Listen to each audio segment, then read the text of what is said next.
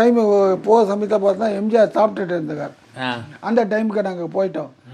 என்னடா சாப்பிட்டு இருக்காருன்னு பார்த்தீங்க கேட்டால் சிரிப்பீங்க. பழையது சாப்பிட்றாரு. பழைய சாப்பிட்றாரு. எங்கள் அப்பாவை பார்த்தா முதலியார் வாங்க வாங்க வாங்கன்றாரு. எங்கள் அப்பா என்ன கூப்பிட்றான்னு கேட்ட போனால் பழையது. ஐயோ வாங்க 2 பேரும் சாப்பிட்லான்னு சொல்லிட்டு 2 பேரும் பழையது சாப்பிட்றாங்க. இவர் ஒரு பேங்க் ஆஃபீஸரு, இவர் ஒரு சீஃப் மினிஸ்டர். 2 பேரும் சாப்பிட்ற பிரேக்ஃபாஸ்ட் என்னன்னா பழையது. இது சொன்னால் பரவாயில்ல, எனக்கு வந்து பழையது இதெல்லாம் பிடிக்காது. உடனே சமையல்காரர் மணி சார்னுவாங்க. மணி அண்ணனும் மணி இவன் ரொம்ப ஸ்டைலு, இவன் இந்த சாப்பாடெல்லாம் சாப்பிட மாட்டான், இவனுக்கு வந்து தோசை சுட்டு கொடு, நல்ல மிளகா பொடி போட்டு கொடுக்க அப்படின்னு. தோசை சுட்டு மிளகா பொடி கொடுத்த உடனே நீ கொடுக்காத எதுன்னு சொல்லிட்டு எம்ஜிஆர் எடுத்து அவர் கையால் ஒரு சீஃப் மினிஸ்டர் திங்க் பண்ணி பாருங்க, அவர் கையால் எடுத்து என் தட்டில் போடுறாரு.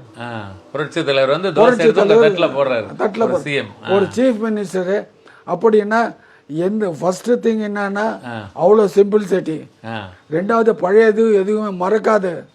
அந்த நன்றி உணவுக்கு எங்கள் அப்பாவுக்கு மரியாதை கொடுக்கலாம், அதை நாங்கள் தப்பு சொல்ல முடியாது. ஆனால் எங்களுக்கு அன்பா பாசமாக ஒரு சொந்த பிள்ளை மாதிரி பார்த்து அவர் கையில் எடுத்து போடுறது, அந்த மாதிரி பாக்கியம் எல்லாம் கடவுள் எங்களுக்கு கொடுத்து அனுபவிக்கணும்னு நினச்சிப்பேன். அவ்வளோதான்.